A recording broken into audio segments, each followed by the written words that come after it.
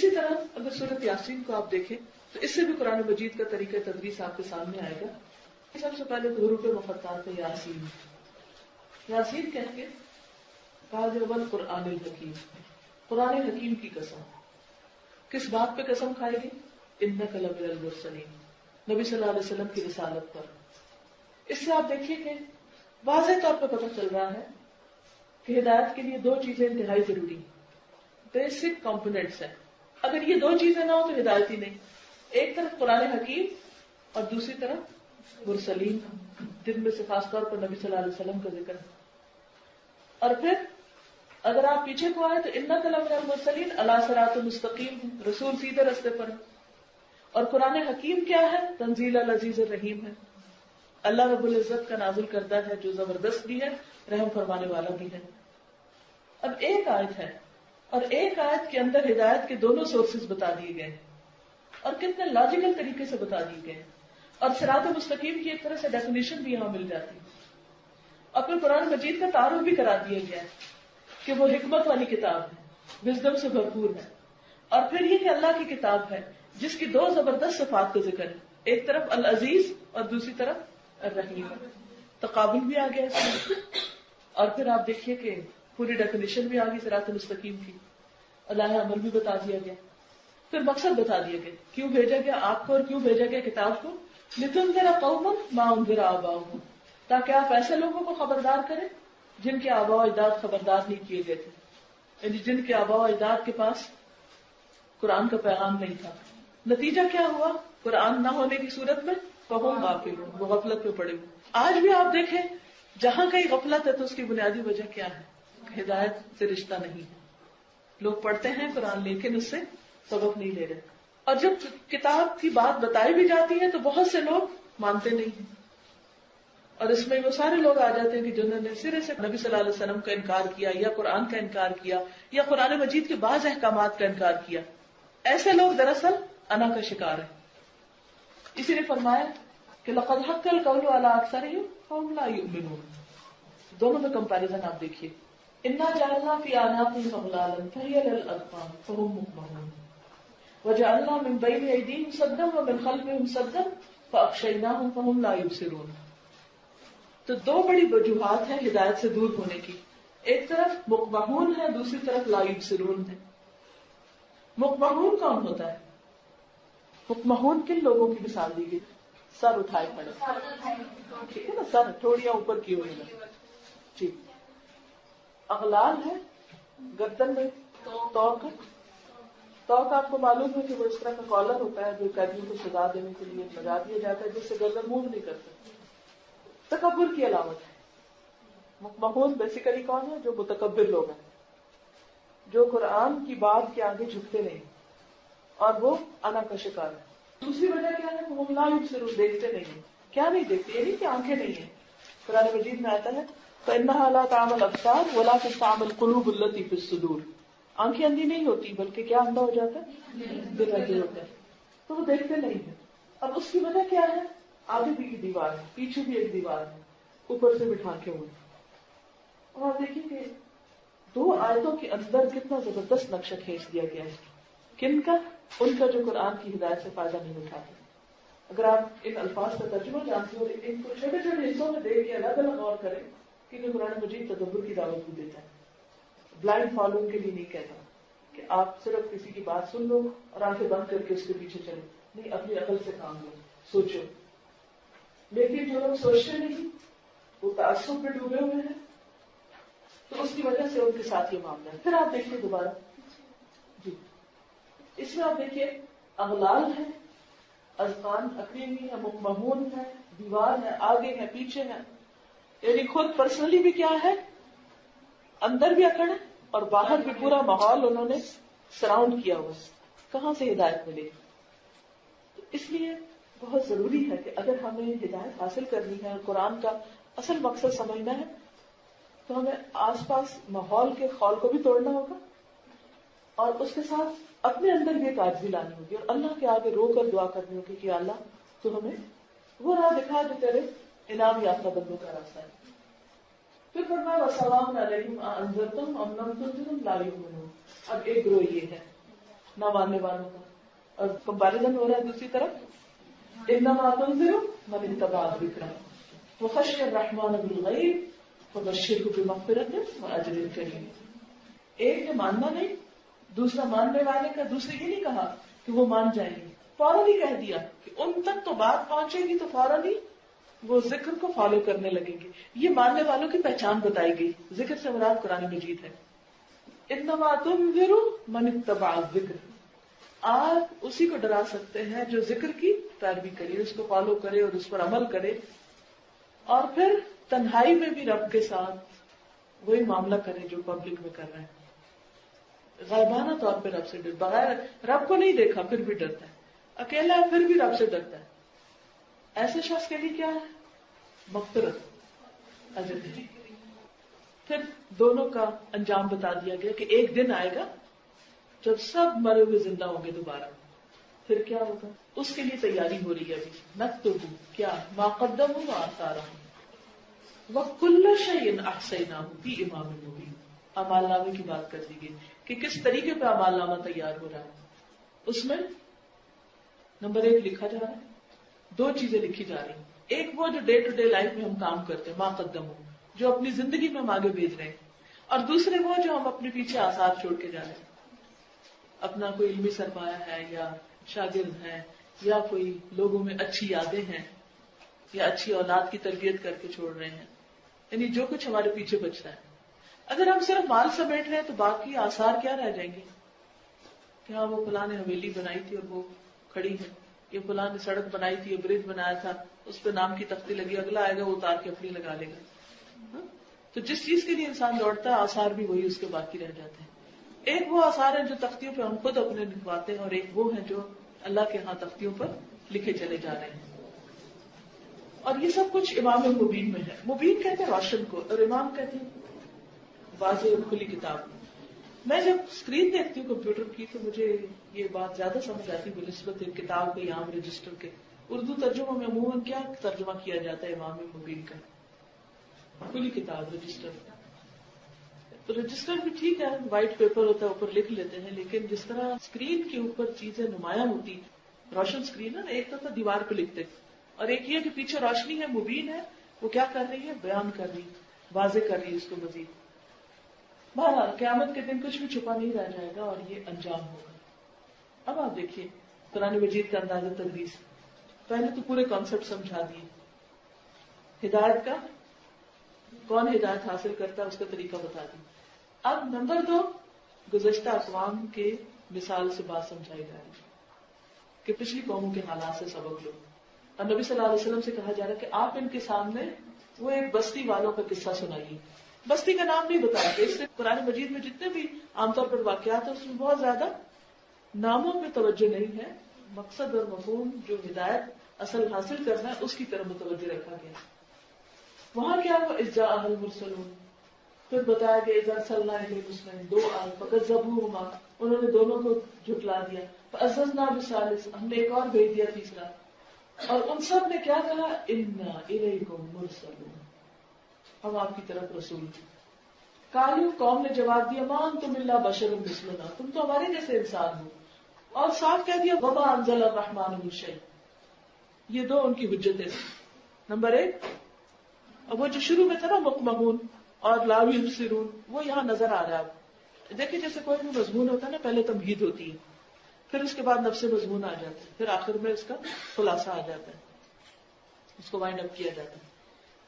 پہلا رکوع کیا تھا؟ تمہید تھی، مکی صورت ہے. اب اصل مقصد کی طرف آ گئی، کیونکہ نبی صلی اللہ علیہ وسلم اہل مکہ کو تعلیم دے رہے تھے، اور اہل مکہ کے حال کو چسپاں کیا گیا کس کے حال پر؟ اس بستی والے کے حال پر، کہ ان بستی والوں نے یہی کیا تھا جیسے اہل مکہ تم کر رہے. جب ان کے پاس رسول آئے تو انہوں نے کیا کہا؟ ہم کیوں رسول تم کو مانے، ہمارے جیسے تو ہو تم. یہ کیسا جملہ ہے؟ تکبر والا جملہ ہے. اور پھر دوسرا ٹوٹل جھٹلا دینا، لا یبصرون، بالکل اندھا بن کے کہنا تھا ان انتم الا تکذبون، اور الٹا پیغمبروں کو جھٹلانا. اچھا آپ دیکھیں کہ پیغمبروں کا جواب کتنا خوبصورت ہے، کوئی بحث نہیں کی. قالوا ربنا یعلم، تم نہیں مانتے نہ مانو، ہمارے رب کو پتا ہے. انا الیکم لمرسلون، اب آپ دیکھیے شدت آ گئی ہے. پیچھے کہا انا الیکم مرسلون, اب کیا کہا انا الیکم لمرسلون وما علینا الا البلاغ المبین, اور ہمارا کام تو پہنچانا ہے, تو مانتے یا نہیں مانتے. اب آپ دیکھیے ایک طرف قوم ہے اور دوسری طرف پیغمبر ہے. قوم کیا کہتی ہے, پیغمبر کیا کہتے ہیں, تقابل دیکھیے, ڈائلاگ آپس میں ایکسچینج ہو رہے ہیں. قالوا انا تطیرنا بکم, وہ کہتے ہیں ہم تمہیں منحوس سمجھتے ہیں.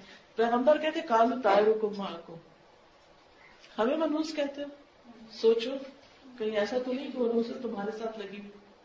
دھمکی دیتے ہیں لئن لم تنتهوا لنرجمنکم, باز نہیں آیا تو ہم تم کو سنسار کر دیں, پتھروں سے مار دیں گے. قوم کہہ رہی. پیغمبر کہتے ہیں اچھا اس لیے دھمکی دیتے ہو کہ تمہیں نصیحت کر رہے ہیں, ہم تمہیں پیار بھری باتیں کرتے ہیں, تم ان کو پتھر مارتے ہو. ذکر تم تذکیر کیا ہوتی ہے, نصیحت. کمپیریزن آپ دیکھ رہے ہیں. وہ کہتے ہیں وَلَا يَمَسَّنَّكُم مِّنَّا عَذَابٌ أَلِيمٌ, ہم تم کو سخت عذاب کا مزہ چکھائیں گے. وہ کہتے ہیں بل انتم قوم مسرفون, اتنی سخت باتیں کر رہے ہو, ہمیں ٹیررسٹ کہتے ہو, اصل میں تو تم خود حد سے بڑے ہو. وجاء اقصى المدينة رجل يسعى, اب آپ دیکھیے کہ وہاں پر تو کوئی نہیں مانا. لیکن قرآن کے مدرس کو ہمیشہ یاد رکھنا چاہیے کہ جہاں نہ ماننے والے لوگ ہیں وہیں پر ماننے والے بھی ہوتے ہیں, چاہے وہ ایک ہو. بعض اوقات آپ کے آس پاس, آپ کے سامنے, آپ کی بستی میں, آپ کے لوگوں میں, آپ کے خاندان میں, آپ کے رشتہ داروں میں کوئی آپ کی بات نہیں مانتا, لیکن اللہ سبحانہ وتعالیٰ آپ کے اندر سے نکلی بات کو دور تک پہنچا دیتا ہے. یہ جو ڈائریکٹ لسنرز تھے انہوں نے فائدہ نہیں اٹھایا. یہ جو رجل تھا, جاء من اقصى المدینہ رجل یسعى, دور شہر کے پرلے کونے سے ایک شخص دوڑتا ہوا آ رہا ہے, جس نے انڈائریکٹ میسج سنا. جس تک بات کیسے پہنچی, لوگوں کے ذریعے. وہ ایک دوسرے کو, دوسرا تیسرے کو آگے آگے پہنچاتا جا رہا ہے.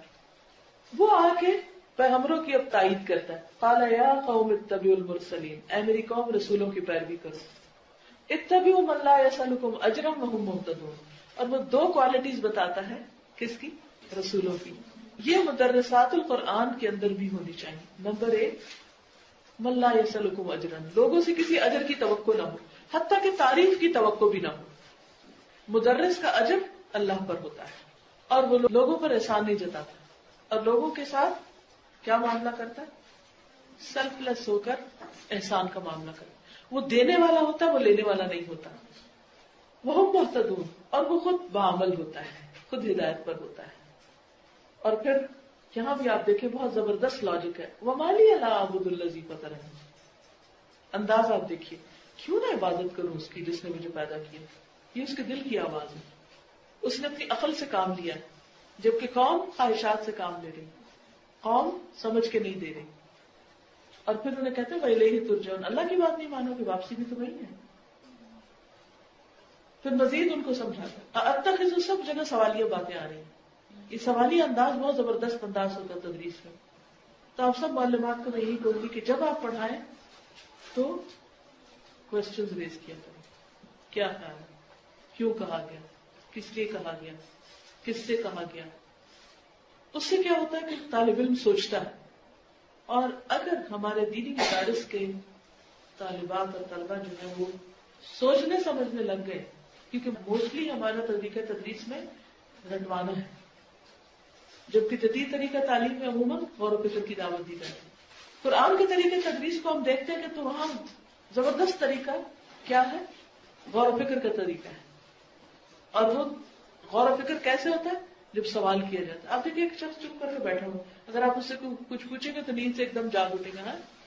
ایک نیند ہوتی ہے فزیکل نیند, اور ایک نیند ہوتی ہے جہاں عقل سوئی بھی ہوتی ہے, عقل ماری بھی ہوتی ہے.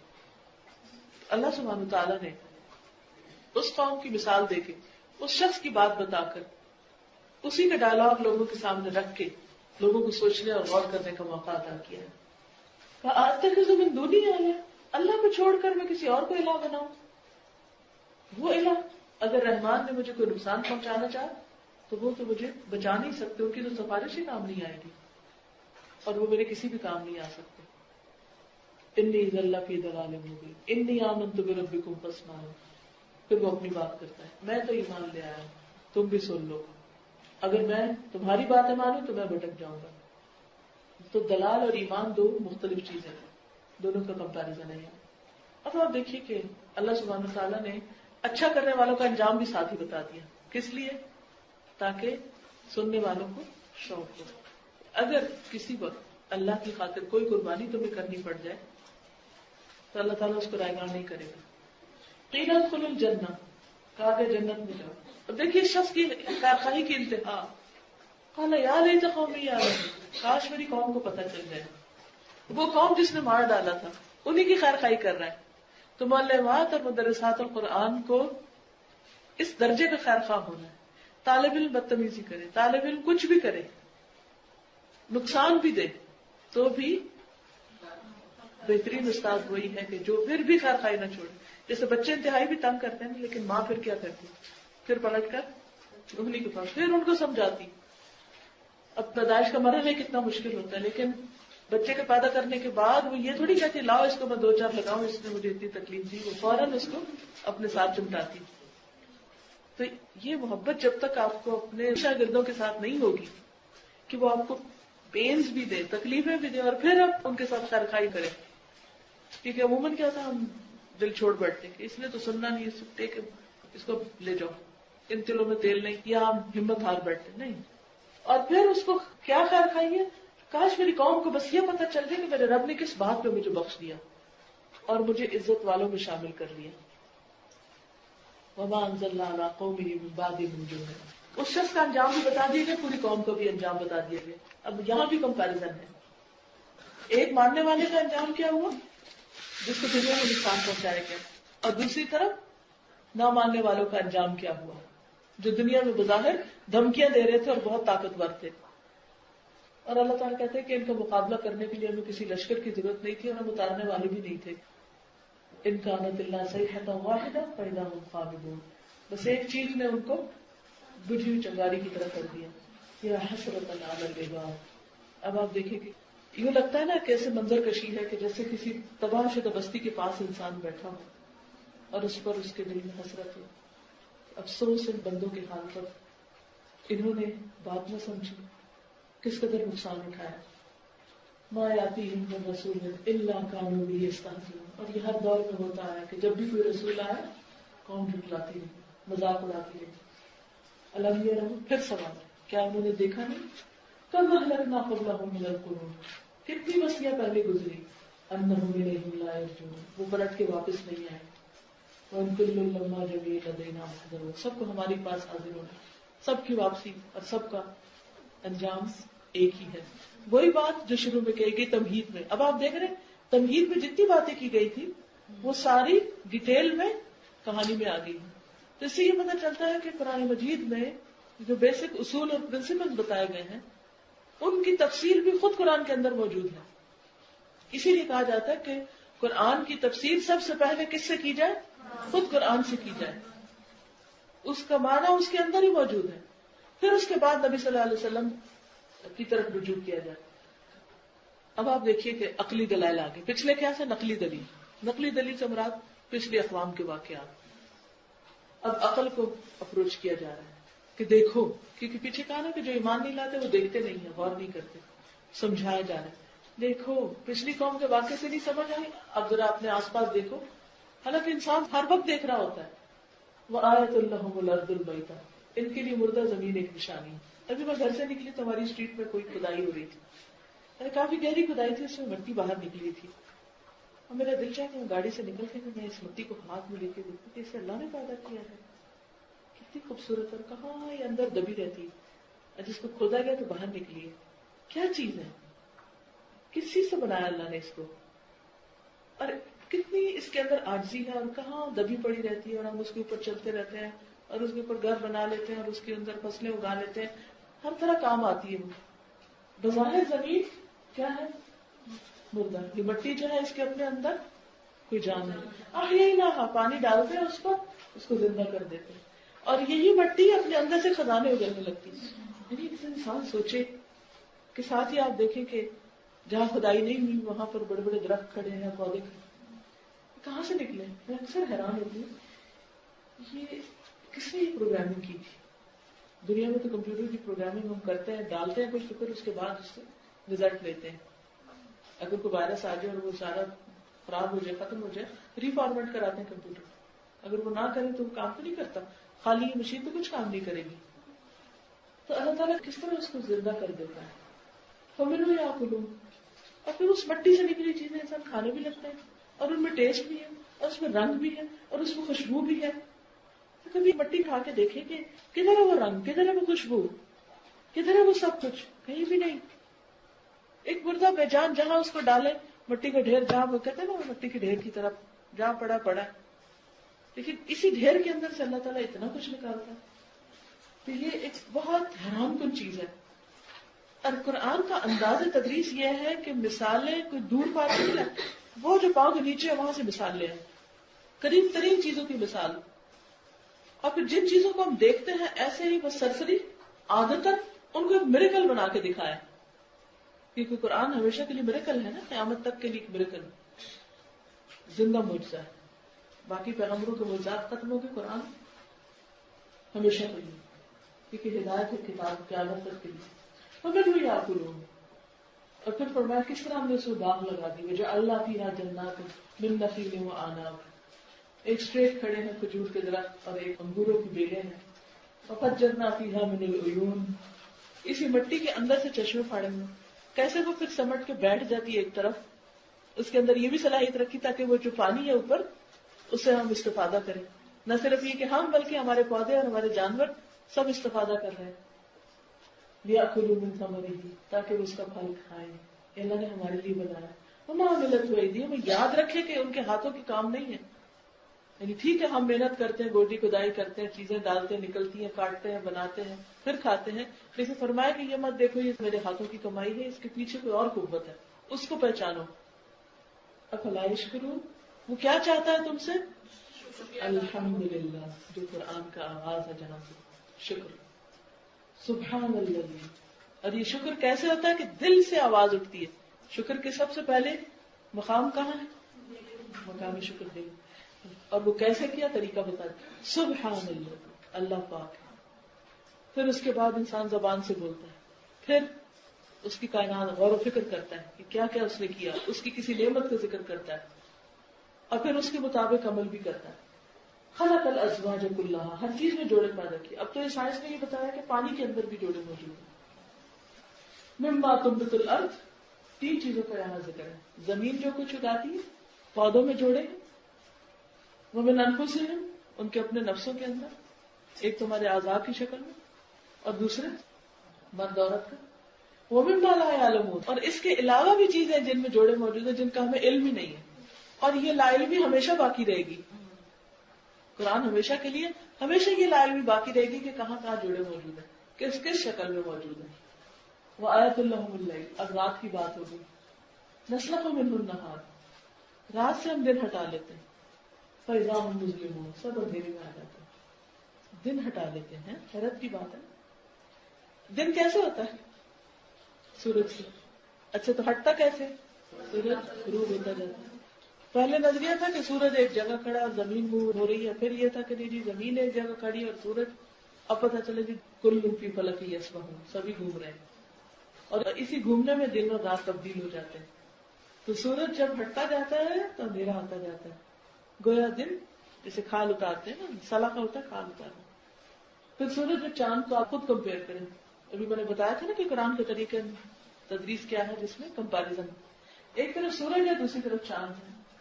سورج کیا کرتا ہے؟ تجریل مستقر لها، گھوم رہا ہے. ذالک تقدیر العزیز العلیم، کس نے یہ اندازہ مقرر کیا؟ اللہ نے. پھر والقمر، چاند ہے، قدرناہ منازل، ہم نے اس کی منزلیں طے کی. حتی عاد کالعرجون القدیم. اب دیکھیں چاند بے نور ہے، خود اس کی اپنی کوئی روشنی نہیں، کہاں سے لیتا ہے وہ؟ اس سے آپ دیکھیں اندازہ کتنا زبردست ہے آپ کا. جی جو الفاظ ہے نا، ذالک تقدیر العزیز العلیم، اگر اس رفتار میں سورج کی یا چاند کی یا زمین کی کچھ کمی آ جائے تو وہ جو چاند کا گھٹنا بڑھنا ہے سارا نظام بتر بتر ہو کے رہ جائے. ایک خاص انداز سے، ایک خاص اینگل سے، ایک خاص وقت پر وہ سورج کے سامنے آتا ہے یا سورج سے وہ اپنی روشنی لیتا ہے. اور پھر اگر زمین بیچ میں آ جائے تو کیا ہوتا ہے؟ چاند گرہن لگ جاتا ہے. لا الشمس ينبغي لها ان تدرك القمر، سورج اگرچہ بڑا ہے لیکن چاند کو پکڑ نہیں سکتا، زمین بیچ میں. ولا الليل سابق النهار، رات بھی اپنے کنٹرول میں ہے، دن سے آگے نہیں نکل سکتی. وَكُلٌّ فِي فَلَكٍ يَسْبَحُونَ. اور یہ سب کیوں ہو رہا ہے؟ اب آپ دیکھیے کہ سائنس بھی ہے قرآن کے اندر. یعنی طریقے تدریس میں صرف گزشتہ اقوام کی کہانیاں نہیں، یعنی سکھانے کا ایک بہترین طریقہ کہانی ہوتی ہے. کہانی بھی سنا دی. سکھانے کا دوسرا بہترین طریقہ مثالوں سے بات سمجھانا، کائنات کی مثالیں دے دی، اور پھر اس کے بعد غور و فکر کروانا. اور یہ سب کچھ یعنی پوری یونیورس کے بارے میں بات ہوگی، سورج کی، چاند کی، آسمانوں کی، زمین. وآیۃ لہم انا حملنا ذریتہم، پھر کشتیوں کی بات ہے. وخلقنا لہم من مثلہ ما یرکبون، نوح علیہ السلام کی کشتی کی بات ہے، پھر ساری کشتیوں کی بات ہے. یہ بھی ایک نشانی ہے، اس پہ غور کرو. ابھی یہ بھی حیرت انگیز نشانی ہے. ایک طرف زمین کی مٹی ہے، دوسری طرف پانی ہے. پانی کا کتنا وزن ہوتا ہے. اور زبردست چیز یہ کہ ایک سوئی جو ہے وہ تو ڈوب جاتی ہے، لیکن بڑے بڑے جہاز جو ہے اس کے اوپر تیر ہے. ہم چاہیں تو ان کو بھی ڈبو دیں، کوئی ان کی چیخ سننے والا نہ ہو. میں جب اندر آئی ہوں تو میں نے دیکھا کہ یہ جگہ آپ کی ایسی ہے کہ چاروں طرف اور بلڈنگز وغیرہ کم نظر آتی ہیں، تو اتنی خاموشی تھی آج. تو بالکل آپ یوں ہی سمجھے کہ جیسے سمندر کے اندر ایک کشتی ہوتی ہے کہ کہیں وہاں خدا نخواستہ وہ ڈوب رہی ہے، وہ چیزیں پکارے تو کوئی سننے والا نہیں. اور اسی طرح مثلی میں جیسے پانی میں چل رہے ہیں ایسے جہاز بھی چل رہے ہیں، ہوا میں بھی تیر رہے ہیں. وہ بھی تیر رہی ہے نا، سمندر میں تیرتے ایسے ہوا میں تیر رہے ہیں. اور وہاں بھی کچھ حادثہ ہو جائے کوئی نہیں پہنچ سکتا. الا رحمۃ اللہ ومتاع للہ. یہ سب چیزوں سے فائدہ اٹھانے کے لیے ہم نے تمہیں بس ایک لمیٹڈ ٹائم دیا. تو ہم سارے کے پاس ایک لمیٹڈ ٹائم ہے. وَإِذَا قِيلَ لَهُمُ اتَّقُوا مَا بَيْنَ أَيْدِيكُمْ وَمَا خَلْفَكُمْ لَعَلَّكُمْ تُرْحَمُونَ. تقویٰ کا جب سبق دیا گیا، آئندہ آنے والی اور پیچھے والی چیزوں سے سبق پکڑو، کیونکہ تقویٰ ہو تو رحمت آتی ہے. تو کیا ہوا؟ وَمَا تَأْتِيهِم مِّنْ آیَةٍ مِّنْ آیَاتِ رَبِّهِمْ إِلَّا كَانُوا عَنْهَا مُعْرِضِينَ. کیونکہ لا یبصرون مقمحون ہے، اس لیے ہر نشانی کو بس ایسے ہی اس پر سے گزر جاتے ہیں، منہ موڑ جاتے ہیں، سبق بھی نہیں لیتے. اور جب ان سے کچھ کرنے کو کہا جاتا ہے، جیسے یہاں کہا جاتا ہے مال خرچ کرو، اس وقت ان کی عقل بڑی کام کرتی ہے. پھر وہ حجتیں کرنے لگتے، بحثیں کرنے لگتے، کہتے ہیں جن کو اللہ نے نہیں کھلایا ہم کیوں کھلائیں، اور تم تو خود گمراہ ہو. پھر آپ دیکھیے وَيَقُولُونَ مَتَىٰ هَٰذَا الْوَعْدُ، بحث مباحث سے پیغمبر کا مذاق، باتوں کا مذاق. قیامت کب آئے گی اس کی بات ہے، کہا دور نہیں، ایک چیخ ہے بس، وہی چیخ جو اس قوم کو تباہ کرنے والی تھی، وہی ساری کائنات کو ایک طرف سے خاموش کر دے گی. فَلَا يَسْتَطِيعُونَ تَوْصِيَةً وَلَا إِلَىٰ أَهْلِهِمْ يَرْجِعُونَ. نہ واپس جا سکیں گے، نہ ہی وصیت کر سکیں گے. پھر اب یہاں پہ کنیکشن آپ دیکھ رہے ہیں کس طرح ایک چیز سے دوسری چیز کی طرف جا رہے ہیں. جب آخرت کی بات ہوگی تو پھر اس کے بعد آخرت کے مناظر، سور پھونکنے کی بات، قبروں سے کیسے نکلیں گے. پھر اس وقت انسان کی پریشانی کا ذکر، اس وقت انسان کہے گا کہ رحمان نے سچ کہا، پیغمبروں نے سچ کہا. پھر سب اللہ کے پاس واپس ہو. اس دن کیا ہوگا؟ کسی پہ ظلم نہ ہوگا اور ہر ایک کو اس کے کیے کا بدلہ ملے گا. اب نتیجہ نکال کے بتا دیا گیا کہ وہ الٹیمیٹلی کیا ہوگا. جنت والوں کی ساری منظر کشی کر دی گئی، کس طرح وہ مزے کر رہے ہوں گے، ان کی بیویاں کمپینین ساتھ ہوں گے، کھانے پینے کی چیزیں ہوں گی، ہر چیز جو مانگیں گے ملے گا. ایسا تھا نہیں زبردست قسم کے کسی ریسٹورینٹ میں بیٹھے ہوئے ہیں اور جو چاہتے ہیں وہ حاضر کر دیا جاتا ہے. اور سب سے بڑی بات یہ کہ رحمان کا سلام آئے گا، رب رحیم کا. مجرموں کو الگ کر دیا جائے گا، اس وقت ان کو یاد دہانی کرائی جائے گی کہ تمہیں کہا نہ تھا کہ شیطان کی بندگی ہو. اب یہ ہونا تو سب آخرت میں، لیکن دنیا میں ہی بتا دیا گیا. تو اس سے کیا پتا چلتا ہے؟ طریقہ بتا دیا گیا، انجام تک پہنچایا گیا. کیونکہ ٹائم کم ہے، آگے کا حصہ آپ لوگ خود بھی دیکھ سکتے ہیں. لیکن یہ کہ زبردست خوبصورت انداز ہے جس میں انسان کے ذہن کو بھی اپروچ کیا گیا، اس کے دل کو بھی، اس کے جذبات کو بھی، اس کی عقل کو بھی، اس لاجک سے بھی سمجھایا گیا، اس کو زبردست طریقے سے بھی سمجھایا گیا. اللہ تعالیٰ سے دعا ہے کہ اللہ تعالیٰ ہمیں اسی طریقے سے قرآن مجید کی تدریس کی توفیق دے جس طرح اللہ ہم سے چاہتا ہے، تاکہ ہم زیادہ سے زیادہ انسانوں کو فائدہ پہنچا سکیں. اگر کوئی سوال ہو جی. الہدا کا تعارف کرانا، بیسیکلی الہدا کا جو ویژن ہے قرآن پر آل، قرآن سب کے لیے.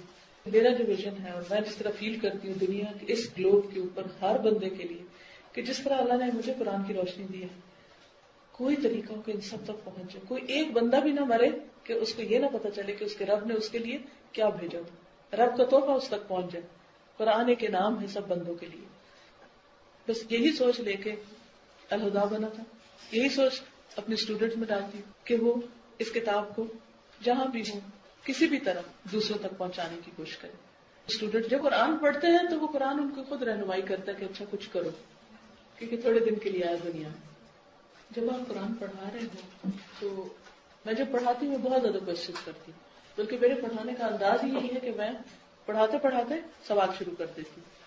مثلا میں تھوڑا سا آپ کو طریقہ بتا دوں. ذالک الکتاب، یہ کتاب کون سی کتاب؟ لا ریب فیہ، اس میں کوئی شک نہیں. کس میں کوئی شک نہیں؟ قرآن کریم میں کوئی شک نہیں. واقعی کوئی شک نہیں؟ یقین ہے؟ ہاں سب سچ ہے. پھر اس میں جو کچھ ہے اسے ماننا ہوگا. اوکے کس لیے آئی ہے؟ ہدی للمتقین. ہدایت کیا ہوتی ہے؟ پوچھتی ہوں میں اسٹوڈینٹس ہدایت کیا ہوتی ہے، وہ سوچنے لگ جاتے ہیں. اچھا پھر خود ہی بتاتی ہوں. ہدایت کا لفظ ہے نا ہا دال یا سے ہے، اور اس کا مطلب ہوتا ہے راہ دکھانا. اچھا للمتقین، متقین کے لیے. متقین کون ہوتے ہیں؟ تقوی والے. تقوی کیا ہوتا ہے؟ تقوی یہ ہوتا ہے. اچھا وہ ہوتے کیسے ہیں؟ ان کی صفات کیا ہے؟ الذین یؤمنون بالغیب، وہ جو غیب پر ایمان رکھتے ہیں. اچھا غیب کیا ہوتا ہے؟ ہر جملے میں میرا سوال ہوتا ہے ان سے کہ یہ کیا ہوتا ہے. پھر ڈکشنری کا استعمال، پھر مختلف تفاسیر سے استفادہ. اچھا غیب یہ ہوتا ہے ان سین حقائق جن کو ماننا ضروری. وَيُقِيمُونَ الصَّلَاةَ، نماز قائم کرتے ہیں. اقامت صلاۃ کیوں کہا گیا؟ نماز پڑھتے کیوں نہیں کہا گیا؟ صلاۃ کیا چیز ہے؟ پھر وَمِمَّا رَزَقْنَاهُمْ يُنْفِقُونَ، جو رزق ہم نے ان کو دیا اس میں سے خرچ کر. رزق کیا ہوتا ہے؟ رزق کیا صرف مال کو کہتے ہیں یا کچھ اور بھی ہوتا ہے؟ پھر وہ سوچنے لگ جاتے ہیں. اچھا دیکھو یہ رزق تو ہر اس چیز کو کہتے ہیں جو بندے کو پروویژن ہوتی ہے، صرف مال نہیں ہوتا. ينفقون خرچ کرتے ہیں. کہاں خرچ کرتے ہیں؟ کس کو دیتے ہیں؟ کس کس قسم کا خرچ کرنا ہوتا ہے؟ فرضی ہوتا ہے، نفلی ہوتا ہے، زکوٰۃ ہوتی ہے، صدقہ ہوتا ہے، خیرات ہوتی ہے. اچھا یہ چیزیں پھر کیا کرتی ہے؟ الٹیمیٹلی تقویٰ پیدا کر دیتی. جب تقویٰ ہوتا ہے تو پھر انسان ان پر عمل کرنے لگتا ہے، پھر وہ ایک سائیکل بن جاتا ہے. تو اس تدریس کا جو انداز ہوتا ہے اس سے وہ بات میری نہیں رہتی کہ میں ان کے اوپر کچھ مسلط کر رہی. اس سے کیا ہو جاتی ہے؟ یہ بات ان کے منہ کی نکلی ہوتی ہے. اللہ نے سب کو عقل دی ہے نا، عقل استعمال کرتے ہیں پھر کہ ہاں یہ بات تو یہی ہے. پھر ایک چیز ہے کہ میں کہوں یہ کرو یہ کرو یہ کرو، میں نہیں کہتی زیادہ. اپنے بچے کو بھی میں یہ کہتی ہوں، میں کہتی دیکھو یہ صحیح ہے اور یہ غلط ہے، تمہارا کیا خیال ہے، کیا لینا ہے؟ اٹس اپ ٹو یو، جو بھی لینا لو. تو کیونکہ ہیومن بینگ ہے نا، وہ کسی کی غلامی قبول نہیں کرتے. تو میں کبھی بھی ان کی استاد بننے کی کوشش نہیں کرتی یا ان کے اوپر ڈکٹیٹ نہیں کرتی یا ان کے اوپر جبر نہیں کرتی، زبردستی نہیں کرتی. میں کہتی یہ ہے، سوچ لو، عقل سے کام لو، لینا ہے لے لو، نہیں لینا تو بھی تمہاری مرضی. فائدہ نفع نقصان آپ کا اپنا. ٹھیک ہے نا؟ تو انشاءاللہ یہ اپروچ جب آپ اختیار کریں گے تو فائدہ ہوگا. الحمدللہ میرے پاس ہر مکتب فکر کے لوگ آتے ہیں اور ہر بیک گراؤنڈ سے لوگ آتے ہیں، چونکہ ہمارا موٹو یہی ہے قرآن فار آل. ہم خود لوگوں میں تفریق نہیں کرتے. اور اسی وجہ سے میں کینیڈا میں 5 سال گزار کے آئی ہوں کہ صرف پاکستانیوں کے لیے نہیں ہے قرآن، اوروں کے لیے بھی ہے. کینیڈا کا انتخاب کرنے کی ایک وجہ یہ تھی کہ دنیا میں سب سے زیادہ جو ملٹی کلچرل سوسائٹی ہے، موزیک ہے ایک، وہ کینیڈا ہے. 150 قسم کی کمیونٹیز ہیں وہاں پر. بہت زیادہ ورائٹی ہے لوگوں کی، بے شمار زبانیں بولی جاتی ہیں. کیونکہ میرا ایک ویژن تھا کہ قرآن فار آل، لہذا ایسی جگہ پر جا کر قرآن پڑھانا شروع کیا جائے جہاں سے صرف پاکستانی نہیں بلکہ ہر کمیونٹی کا شخص فائدہ اٹھا. اور الحمدللہ اب ہمارے اسٹوڈینٹس میں مختلف زبانیں بولنے والے لوگ آ رہے ہیں. اور ان سب سے میں انٹرویو میں یہی کہتی رہی. بعض زبانیں ایسی تھی کہ مجھے نام بھی نہیں آتا تھا ان کا، کوئی افریقن ٹرائبز وغیرہ کی. تو میں ہر ایک سے کہتی تھی دیکھ لو، پڑھ کے پھر اس کو آگے اپنے لوگوں میں لے کے جانا ہے، اپنی کمیونٹی میں لے کے جانا ہے. تو اس میں کیا ہے کہ میں خود سب سے پہلے خود اپنے دل میں کسی کے لیے نفرت نہیں رکھتی، نہ کسی کے لیے تعصب رکھتی ہوں، نہ میں اپنے شاگردوں میں تفریق کرتی ہوں. یہ الگ بات ہے کہ جو زیادہ انٹیلیجنٹ ہوتے ہیں وہ خود بخود آپ کے دل کے قریب ہو جاتے ہیں، لیکن ویسے فرق نہیں رکھتی. اور پیغمبروں کا طریقہ کیا رہا ہے کہ غلطی کرے بھی قوم تو کیا کرو، ان کو معاف کر دو، درگزر کرو. تو ہمیں انہی کی پیروی کرنی ہے نا. تو اگر شاگردوں کی طرف سے کبھی کوئی ایسی چیز آئے بھی تو میں اگنور کر دیتی ہوں. تو الحمدللہ اس سے فائدہ کیا ہوتا ہے کہ جب میرے دل میں محبت ہوتی ہے تو ان کے دلوں میں بھی ہوتی ہے. یہ محبت دو طرفہ چیز ہوتی ہے نا. ہم محبت ایکسپیکٹ نہیں کر سکتے، ہمیں دینے والا بننا چاہیے. تو جب آپ تفریق نہیں کرتے تو وہ بھی اعتماد کرتے ہیں آپ پر. اور جب اختلافی فروعی مسائل پر کوئی ضد کرے بھی یا کچھ کرے تو کہتی ہے یہ تو تمہارا اپنا معاملہ ہے, میرا کام ہے اللہ کی بات پہنچانا, آگے تم خود فیصلہ کرو, میری بات نہیں مانو. اور اسی وجہ سے اللہ کا شکر ہے کہ پھر لوگ آتے ہیں لے کے چلے جاتے ہیں. اور قرآن سے شروع کرنے کا مقصد بھی یہی تھا. دیکھیں جب ہم فقہ پہ آتے ہیں اور چیزوں پہ آتے ہیں, تاریخ پہ آتے ہیں, لوگ اپنی اپنی چیزیں لے کے بیٹھ جاتے ہیں. قرآن ایک واحد چیز ہے جس پر سب کا اتفاق ہے, اور یہ اس وقت کی بہت بڑی ضرورت ہے. اگر ہم فرقوں میں بٹے رہے, نفرتوں میں ہم مشغول رہے, تو ہم دوسروں کو ترنے والا بن جائیں گے, تمہاری داستان بھی نہ ہوگی داستانوں میں. تو اس لیے وقت کی بہت بڑی ضرورت ہے جو ہم سب کو سمجھنی چاہیے کہ ہمیں آپس میں ایک دوسرے کے ساتھ ہاتھ سے ہاتھ پکڑ کے ایک دوسرے کا رکھنا ہے, اور خیر اور بھلائی کے راستے پہ چلنا ہے, اور نفرتوں کو کم کرنا ہے. انشاءاللہ جب آپ یہ کریں گے تو جو آپ کے دل میں ہوگا نا وہ دوسروں کے دل تک جائے گا, یہ میرا یقین ہے. تو انشاءاللہ اللہ کے فضل سے پھر آپ کامیابی ہوگی. جزاکم اللہ خیرا. السلام علیکم.